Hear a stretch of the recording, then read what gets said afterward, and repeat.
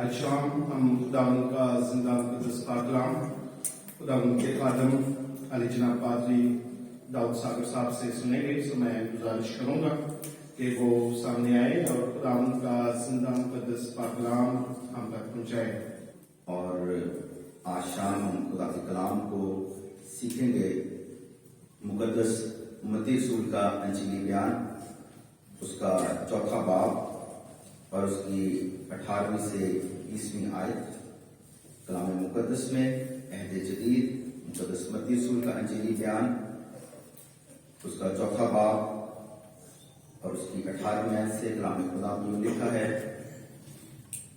और उसने गलील की झील के किनारे फिरते हुए दो भाइयों यानी शमौन को, जो पतरस कहलाता है, और उसके भाई अंद्रयास को झील में जाल डालते देखा, क्योंकि वो माहीगीर थे, और उनसे कहा, मेरे पीछे चले आओ तो मैं तुमको आदमगीर बनाऊंगा।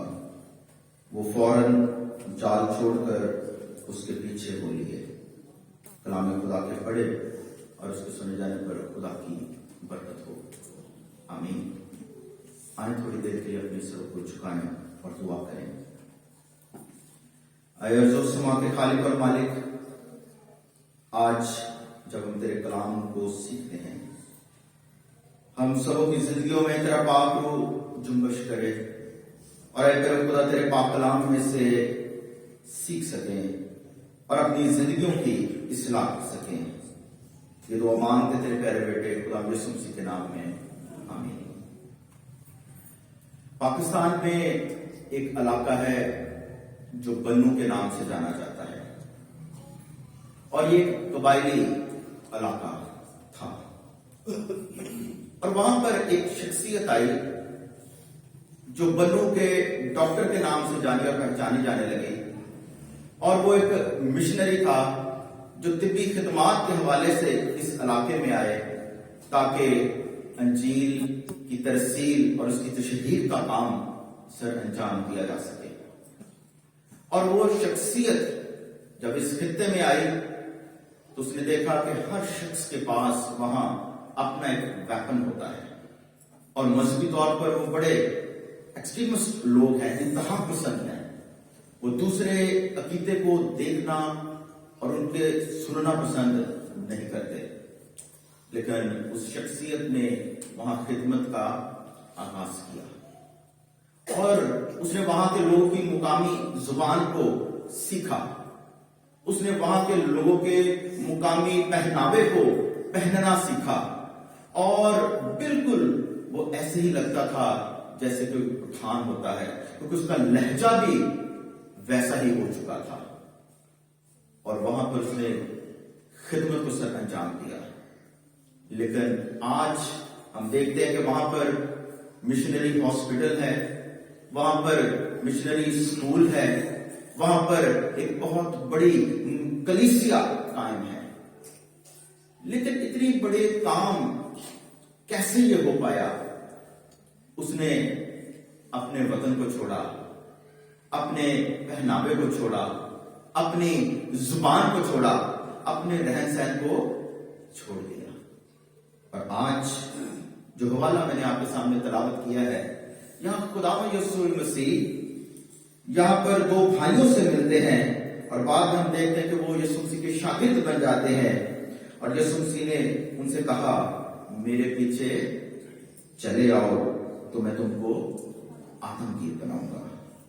और 20वीं आयत, जिस पर बड़े गौर करने की जरूरत है, लिखा है, वो फौरन जाल छोड़कर उसके पीछे हो लिए। फौरन जाल छोड़कर, यानी जाल जो था वो उनके बिजनेस का वेपन था।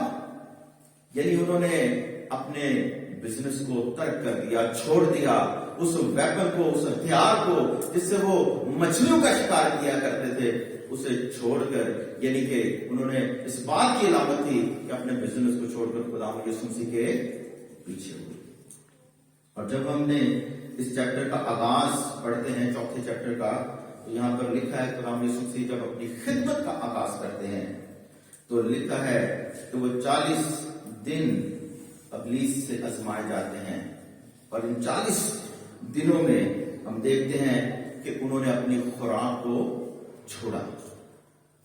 اور پھر آگے چل کر ہم دیکھتے ہیں تو 12ویں آیت میں یہاں پر لکھا ہے کہ خدا یسوع مسیح نے ناصرت کو چھوڑا اور کفرنہوم میں جا بسا.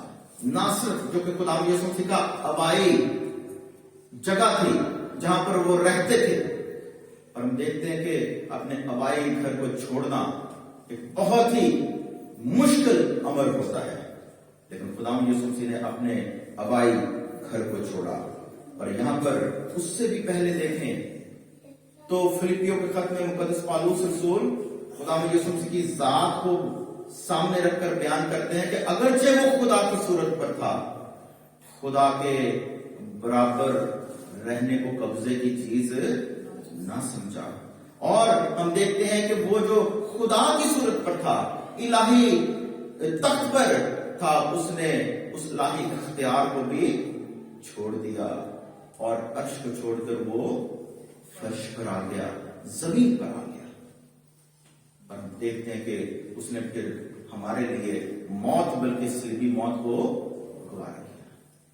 میرے عزیزو، یہاں پر جب خدا یسوع مسیح اپنے الہی اختیار کو چھوڑتے ہیں اور انسانوں کے مشابہ ہو جاتے ہیں، شاگردوں سے بھی وہ تقاضا کرتے ہیں کہ وہ چال کو چھوڑ کر میرے پیچھے چلے آئیں. وہاں خدا یسوع مسیح اپنی خوراک کو چھوڑتے ہیں، اپنے آبائی گھر کو چھوڑتے ہیں.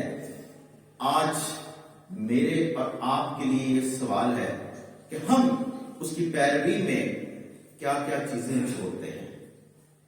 کیا ہم اپنی گناہ آلودہ فطرت کو چھوڑتے ہیں؟ کیا ہم اپنی انسانی خواہشات کو چھوڑتے ہیں؟ کیا ہم آج جو کلیسیا ایک بہت بڑے گناہ کا شکار ہے جو کہ انا پرستی کا گناہ ہے، کیا ہم انا پرستی کی قربانی پیش کرتے ہیں؟ کیا اسے چھوڑتے ہیں؟ ہم اپنی زندگی پر جب غور کریں تو ہمیں اس بات کا احساس ہوگا کہ ہمیں کن کن چیزوں کو چھوڑنا ہے جو ہمارے اور خدا کے درمیان رکاوٹ بن جاتی ہے. آج شام آپ سبوں کو میں یہی کلام خدا میں سے پیغام دینا چاہتا ہوں کہ آج ہم اس کی پیروی میں، اس کی تابع فرمانی میں، اس کی فرمانبرداری میں، اس کی محبت میں کیا چیز چھوڑتے ہیں جو ہمارے اور خدا کے درمیان رکاوٹ بن جاتی ہے. ہمیں اس رکاوٹ کو ہٹا دینا ہے، اس رکاوٹ کو چھوڑ دینا ہے. تب خدا کے بڑے بڑے کاموں کو ہم اپنی زندگی میں پورا کرتے ہوئے نظر آئیں گے. خدا آج کے کلام کے وسیلے سے ہم سبوں کو بڑی برکت دے اور یہ توفیق عطا کرے کہ ہم اس کی خدمت کے لیے اپنی زندگی کو اس کتاب فرمانی میں گزارنے کے لیے ان چیزوں کو چھوڑتے جائیں جو ہمیں خدا سے دور لے جاتے ہیں. خدا آپ سب کو بڑی برکت دے. آمین. Thank you for watching this video. Please subscribe and share this video. God bless you.